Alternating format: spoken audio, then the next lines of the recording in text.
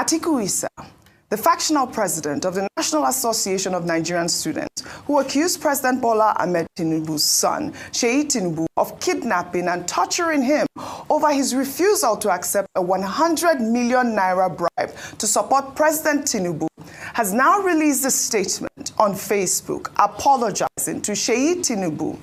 He stated that he was misled by Ladoja Olushola into believing that the president's son was responsible for orchestrating the attacks against him.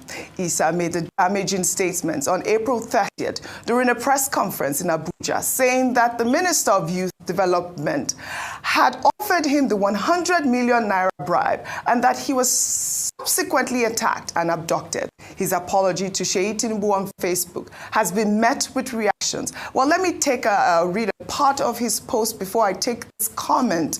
Issa wrote on Facebook, allegedly, that it has become imperative to note that the offer of 100 million naira, which was alleged was made to me to support President Tinubu, was clearly untrue, as Ladoja Olushola, who was desperate to get me out of my legitimate position as the duly elected president of the National Association of Nigerian Students, fed me the lies and half-truths for the sole purpose of achieving his selfish agenda of taking over the reins of the student body through the back doors. It was also Ladoja Olushola who warned me that Mr. Sheyi Tinubu could order my killing and thereafter instruct the Inspector General of Police, Mr. Kayode Egbetokun, to bury the matter.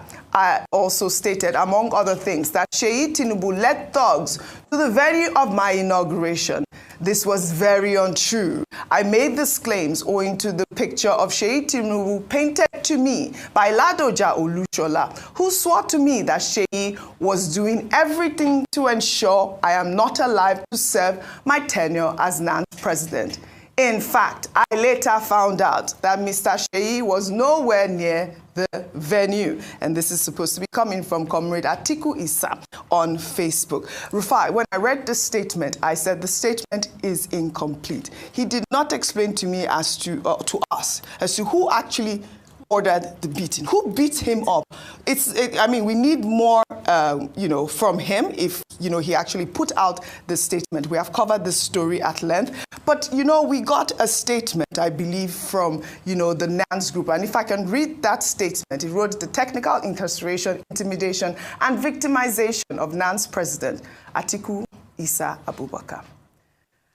This comment is coming from, I believe, one of the student bodies.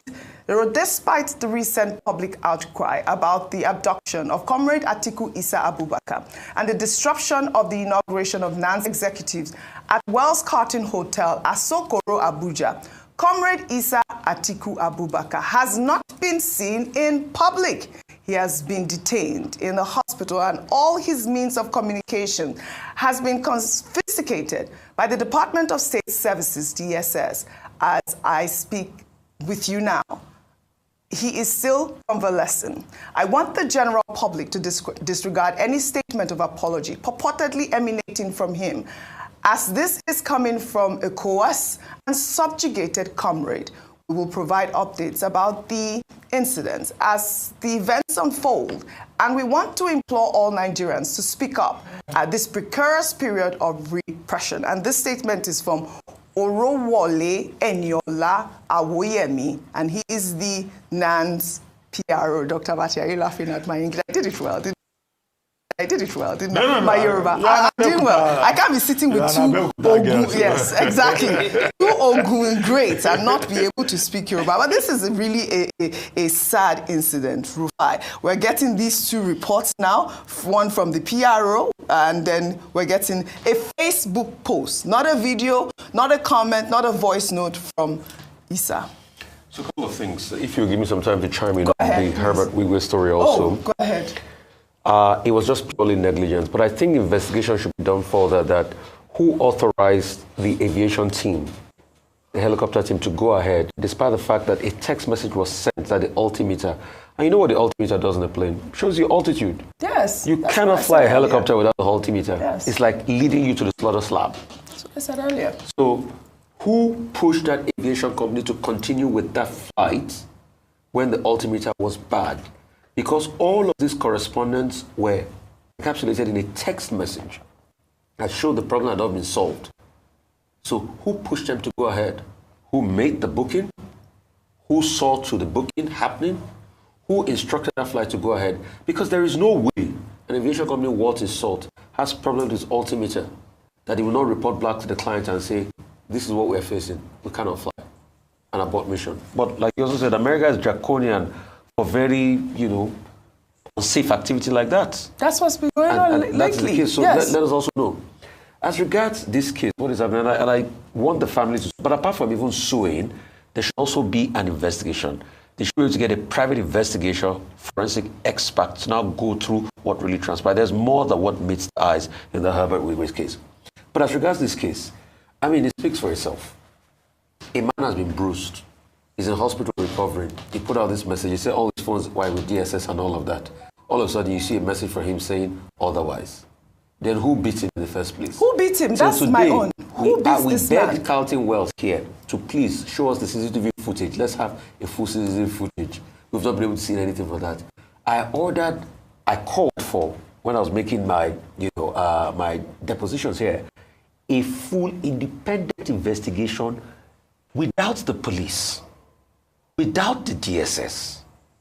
Because when you say the DSS are taking this up and all of that, they are already part of this case. I want something devoid of them. I know there are security agencies, but something devoid of them. And now you're seeing a quick rebuttal that, hey, this intimidation, somebody could write something through the page, except we have a full-on position from the man that was beating himself. I will not believe any apology that was written. You see, it just shows high-handedness in this country. We must be able to get to the end of the matter. And why is NAS featuring prominently in the affairs of politics? That shows that Nigeria is already being bastardized. If you're supposed to be a student union to fight for the rights of bodies, see, if politicians want to do politics in the university level, they should set up APC youth wing in universities, like they do in other parts. They should set up PDP youth wing in universities. So the Conservative Party in England has a youth wing in Oxford. Most of the people that eventually become prime ministers, they were members of the Conservative Party from university days. Let us leave independent associations away from politics, because all of this is connected to 2027. So except we have an independently verified case here, apart from the security agencies, they will not move further. But it is sad that now we have brought this heinous and dirty policy we play into NANS and student affairs. Unnecessary. That's just it. Well, we want to know who beat Comrade Issa. That really is what it is, and we want to see him in public. We'll take another story now. Finally, supporters of activist Martins Osher, also known as Very Dark Man, are celebrating after the activist was released from the custody of the Economic and Financial Crimes Commission after being held for 5 days. The EFCC said VDM was arrested due to multiple petitions alleging financial crimes and that he had previously failed to honor invitations for questioning.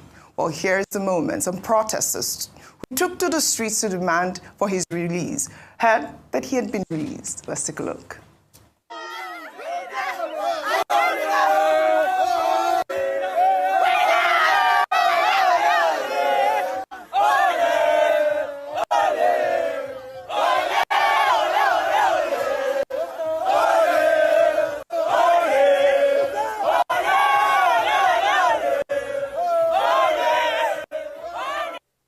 Well, all right. Good news there for the supporters of VDM. They're called the Rattels, just so you know.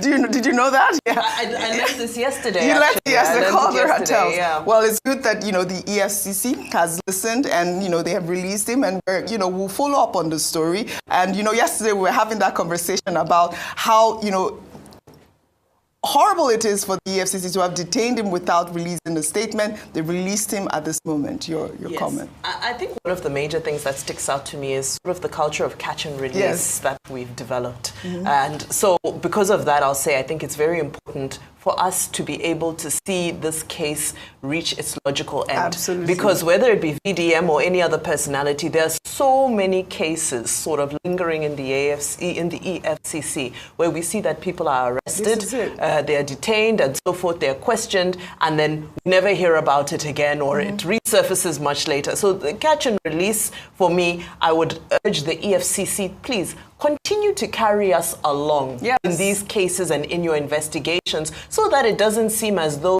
you catch people and then, okay, once they are released, their docket just stays in a corner somewhere. Then the other thing is that, so he's released on, his lawyer says there's no conditions to his bail. However, his car and his phone are still with the EFCC. And they also made special mention to Femi Falana-San and said, despite all that has happened between them in the past, he's said to have also made some appeals to EFCC as well. So I think that was very magnanimous of him. And last but not least, Deji Adeyanju made a comment, because there was conversation around the fact that this felt like a red herring. It felt like distraction to just take Nigerian youth's attention away from the issues that matter and keep them busy with something. Well, the lawyer has come out to say that, well, that's not the case. Anyway, he's out now, so those who want to save Nigeria should go on and do so. But I think you can't blame people for also having these sentiments, because sometimes we've seen all sorts over the past few years. But, happy he's home. You wanted to make a comment. You see, the truth has to be said. I think we need to drum it into some people's heads. This matter is not about VDM. No, it really hasn't been. It's about the high-handedness in Nigeria that all of us can be a victim to one day. My boss that I cherish so much, President Obaegbena, will always tell the story of Frank Omenka. Yeah. When Omenka was riding broad shoulder everywhere, he had the power then. Was jailing a lot of media people. But when Omenka needed help, that same system that supported Omenka to commit atrocity, that system came for Omenka. All right. Pretty much reminds me of Father Nemola. First they came, for some people I didn't speak up for them. When it was time to speak, when they came for me, nobody was left to speak up. And that's why I salute Falana. Yeah. He did what a lot of people cannot do. Speak up. All right. Just say the way it is. Until this, we are still waiting on the EFCC to please bring out those charges, because we want accountability across board. Yes. A lot of people claim he said there's corruption in the EFCC. Yesterday, I posted a picture. As at the days of Magu said that there are bad eggs in the EFCC. Yeah. They've always made allegations of bad eggs here and there.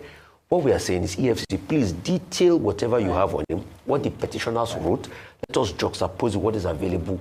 What we are just saying is, whatever the petitioners wrote, they didn't warrant you to come and gestaponically take somebody away that way. Because what will happen is that one of a sudden, they will just come and pick somebody. Maybe we'll be live on the street, they will just come pick somebody. No. You're saying, well, Rufai, like you said, you're saying God forbid. Like you said yesterday. God forbid. Like you said Who yesterday. will have thought that in a democracy, this will be happening? Well, don't say God forbid. Speak against evil. Fight it. It's been going on. Fight it. Well, like you said even yesterday, that the current EFCC chairman did say that there are bad eggs within the EFCC as well. But like you said, they seized VDM's phone. We are waiting for content. We are waiting to hear what really happened. What happened to him in the EFCC custody, what he did. We're waiting for the charges from the EFCC. Well, kudos to Femi Falana as well. And great that VDM is back. We'll take another story now. The 2023 Labour Party presidential candidate, Peter Obi, has responded to Lagos State Governor Babajide Sanwo-Olu's criticism of his remarks about Nigeria at St. Johns Hopkins University in Baltimore, Maryland. Sanwo-Olu had criticized Peter Obi's remarks about the country's worsening state, arguing that such criticisms tarnish Nigeria's image abroad. Well, Peter Obi defended his statements during the Day of Tribute in honor of the late Edwin Clark in Abuja on Wednesday, citing statistics from the World Bank and UNICEF, highlighting the high poverty rate in rural Nigeria and the large number of malnourished children. He also questioned whether speaking the truth constituted demarketing the country. Let's take a look. People protested when Naira was 180 and when it was 1,500, they're not protesting. Are they dead?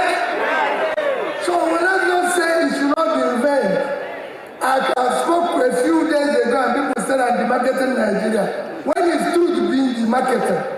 World Bank have just shown that 75% of Nigerians in rural areas are poor. Is World Bank demarketing Nigeria?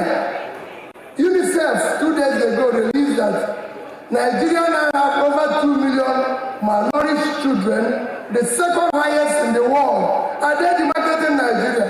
Let's face the reality. Their labor is in vain. We have a country now that is not democratic. We are not a democratic country. Let's tell ourselves the truth. Well, all right, Dr. Bati, before I come to you in the meantime, former Vice President Atiku Abubakar has reacted to the federal government's approval of the Nigeria First economic policy, which bans the use of foreign goods and prioritizes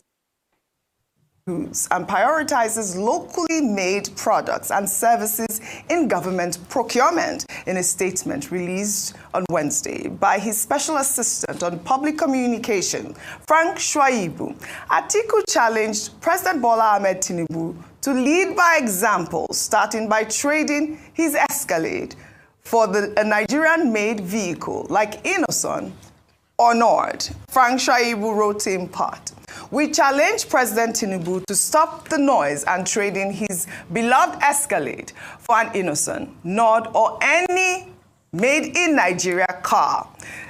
That single act will do more to promote local industry than 1,000 policy memos.